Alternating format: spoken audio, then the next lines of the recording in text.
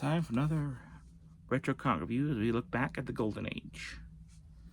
Today we're looking at the Death-Defying Daredevil from Lev Gleason. This is from November 5th.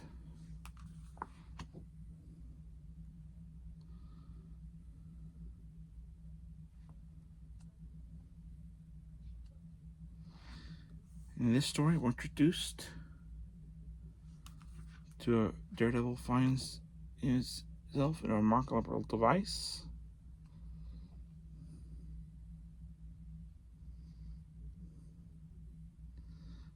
I believe it's called the,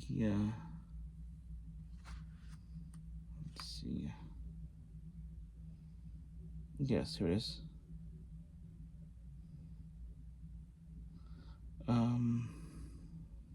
The death detector.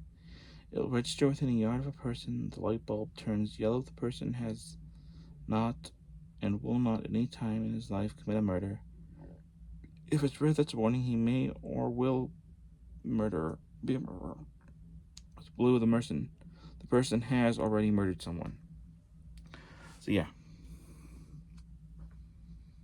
Now what's interesting in this comic is, besides Daredevil having the machine, it introduces the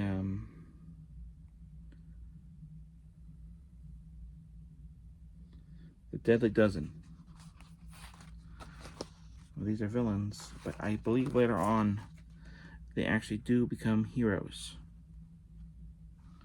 The Sniffer is a character that we will see return as a hero and later as a soldier with his group, the Deadly Dozen. So I guess Daredevil does later reform them.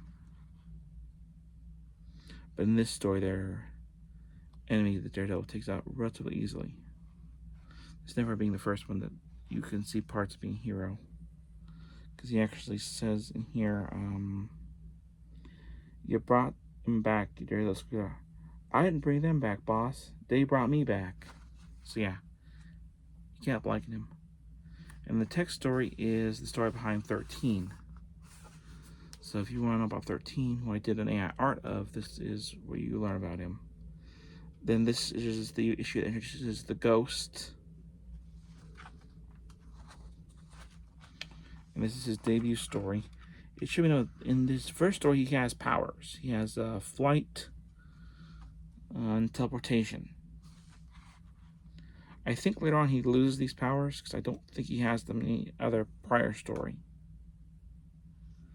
As he's able to pretty much fight the Claw pretty much hand to hand. The Pat Patriot story I won't really talk too much about, because if you watch the Golden Age Comic TV story, episode Ladies Night, you'll get to read the story in full for yourself. So I'll skip that one. And Nitro's story.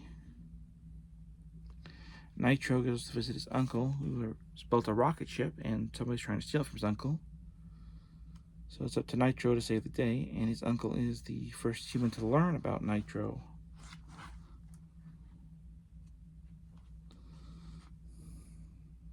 His identity, I believe. And then we meet the Bronze Terror. I believe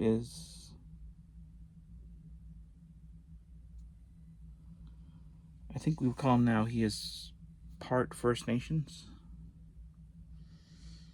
He's talking about how that symbol has the symbol the Nazis used was originally Indian symbol. So he's a little bit like Straight Arrow. Kind of a protector of Indian relics, First Nation relics and stuff. Then we have Dash Dilton, who's kind of your high school comedy character. You know, coach tells you not to do anything rash or anything that causes trouble, and he gets in a boxing match.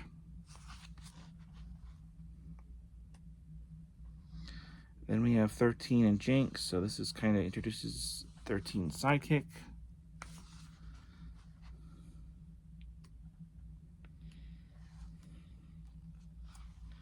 we get the rest of the story behind 13, which I guess would set up for the story with issue 6.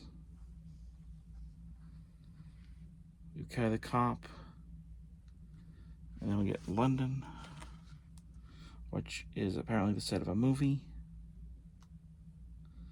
that the bad guys don't want finished. We get Whirlwind, who's another boxer character. Takes on the bad guys. His manager is a movie star. I think there must have been a rule in the Golden Age. Every Golden Age comic had to have a boxer. Overall, good comic. I'd give it a 3.5 out of 5. Enjoyable, and probably something I will read again. So yeah. And like I said, I can definitely say we will be seeing, at the very least, Sniffer again. So if you want to read this for yourself, Golden Age Comic Museum, and I may put up a flip through at some point in the future. Alright, comment, subscribe, hit that bell icon if you're new. Until next time, keep your nose in a book, and your feet on the ground. Later days.